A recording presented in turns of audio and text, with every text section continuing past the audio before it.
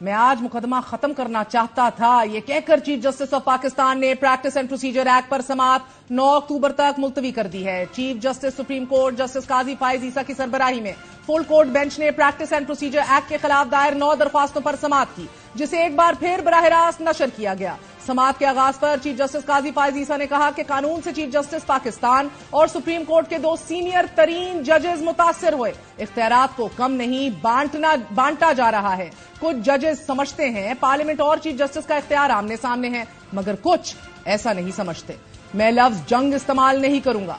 Supreme court practice and procedure अब कानून बन चुका है। पार्लियामेंट कानून साजी कर सकती थी या नहीं, इस बहस में नहीं जाना चाहते। Supreme court practice and procedure आइन से मुतसादिम है या नहीं, ये बताइए। दौरान समाअत चीफ जस्टिस ने फुल कोर्ट पर वजाहत देते हुए कहा कि मैंने महसूस किया कि मुझे समाअत करने वाले बेंच का हिस्सा नहीं बनना चाहिए था। कानून का असर बिलखसूस चीफ जस्टिस और उनके 2 सीनियर जजेस पे होता है। एक तरफ चीफ जस्टिस के इख्तियारात हैं, उनको अगर कम नहीं तो महदूद किया जा रहा है एक तरह से। दूसरी तरफ यही इख्तियारों को बांटा जा रहा है सीनियर जजेस में। सवाल ये उठता है कि यही बात उन जजेस पे भी होगी जो मुस्तकबिल में चीफ जस्टिस और उनके सीनियर जजेस होंगे। तो बेहतर है तमाम साथी ही सुने ये केस को। दौरान समाअत चीफ जस्टिस ने बहरहा ये जुमला दोहराया कि हम आज इस केस को निपटाने की कोशिश करेंगे।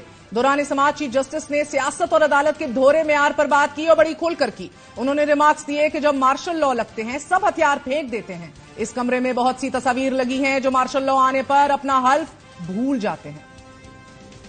जब मार्शल लॉ लगते हैं फिर सब हथियार फेंक देते हैं, और फिर यहाँ इस कमरे में कितनी तस्वीरें लगी हैं, फिर वो और भी भूल जाते हैं, फिर आप लोग भी भूल जाते हैं, सब कुछ ठीक होता है। मगर जब पार्लियामान कुछ करे तो उससे मीन में खें फिर हो जाती है शुरू। वहां भी जरा सर उठा लिया करें ना, हम नहीं मानेंगे ये बात को। वहां भी पिटीशन लाया करें ना। फर्द वाहिद का इख्तियार कम ना हो, और फर्द वाहिद ने इस मुल्क की तबाही की है। मार्शल लॉ डिक्टेटर्स हो जाए या कोई और हो जाए, वो फर्द वाहिद होते हैं, वो इज्तिमाई सोच वाले नहीं होते। वो कहते हैं मैं खुद फैसला करूंगा।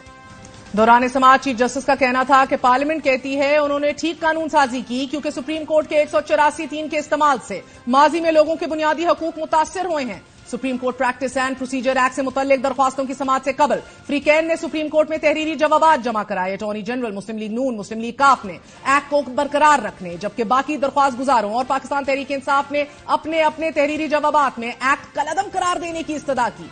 दलाइल का आगाज करते हुए वकील इकराम चौधरी ने प्रैक्टिस एंड प्रोसीजर एक्ट का सेक्शन 3 पढ़ा कि जिसमें कहा गया है कि जजों की एक कमेटी अवामी अहमियत के केसेस के लिए बेंच तश्कील देगी। उन्होंने मौकफ अपनाया कि यह शिक कानूनी दायरा कार में तजावुज है।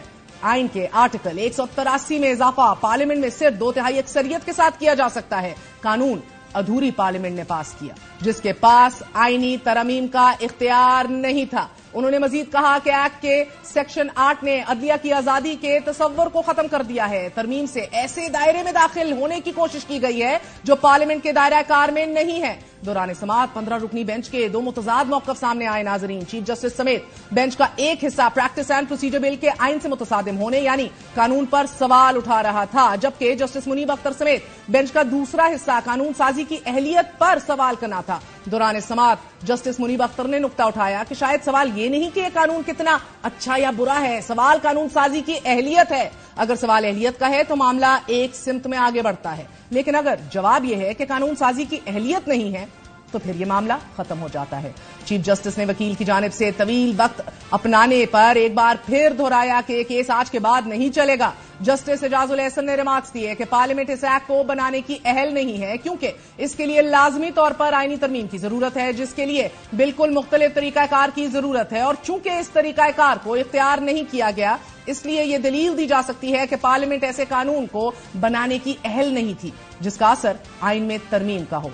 जिस पर चौधरी इकराम ने कहा कि हां यही मेरा मौकफ है, जबकि वकील हसन इरफान ने अपने दलाइल शुरू करते हुए मौकफ अपनाया कि सवाल कानून साजी की अहलियत का है। उन्होंने कहा कि अदलिया रियासत के 3 सतूनों में से एक है। बिल को सदर मुमलिकत की मंजूरी के लिए भेजा गया था कि जिस पर उन्होंने एतराज उठा दिया। वकील ने कहा कि इससे बिल की मंजूरी पर पार्लियामेंट के अंदर तनाजे का इशारा मिलता है। पीटीआई की जानिब से वकील उजैर करामत भंडारी ने अपने दलाइल का आगाज किया। समाअत के दौरान अली करीम भंडारी ने यह कहा कि कवायद साजी की ताकत सुप्रीम कोर्ट की स्टैंड अलोन और खुद मुख्तार ताकत है। उन्होंने कहा कि पार्लियामेंट इस हवाले से कानून साजी कर सकती है, लेकिन इसकी हदूद हैं उन्होंने मौकफ अपनाया कि जब आर्टिकल 151 में सब्जेक्ट टू लॉ कहा गया कि इस हवाले से मालूम किया जाए इस पस मंजर में क्या कानून बनाया जा सकता है। चीफ जस्टिस काजी फायज ईसा ने इन दलाइल के जवाब में रिमार्क्स दिए कि चीफ जस्टिस के इख्तियारात कम कर दिए गए हैं, अदालत उज़्मा के इख्तियारात में इजाफा कर दिया गया है, तो आप कैसे कह रहे हैं कि इख्तियारात कम कर दिए गए हैं।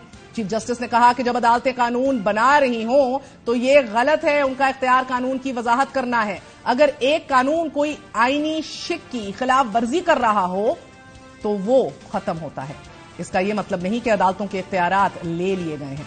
इसके बाद अदालत ने समाअत में वक्फा कर दिया और जब दोबारा समाअत शुरू हुई तो जस्टिस अतर मिनल्ला ने इस्तफसार किया कि अगर चीफ जस्टिस के खसूसी हकूक हैं तो क्या इंसाफ तक रसाई मुतासिर नहीं होती। जस्टिस एजाजुल एहसन ने रिमार्क्स दिए कि जब वकील कानून की बुनियाद में जा रहे हैं तो उन्हें पहले जवाब देने की जरूरत है कि इसकी मंजूरी से कौन से बुनियादी हकूक मुतासिर हो रहे हैं। जस्टिस मजहर अली नकवी की जानिब से पूछा गया कि क्या पार्लियामेंट के पास कानून बनाने का इख्तियार है या नहीं, तो वकील हसन इरफान ने नफी में जवाब दिया। जस्टिस मुनीब अख्तर ने नुक्ता उठाया कि सुप्रीम कोर्ट को अपने माजी के फैसलों को दुरुस्त करने के लिए अपील के हक की जरूरत नहीं है। अदालत की समाअत कई घंटे जारी रहने के बाद नाजरीन किसी नतीजे पर पहुंचे बगैर 9 अक्टूबर तक मुलतवी कर दी गई है। प्रैक्टिस एंड प्रोसीजर एक्ट अब अपने हतमी मराहिल में दाखिल हो चुका है। मुमकिना तौर पर अगली समाअत में अदालत फैसला जारी कर देगी।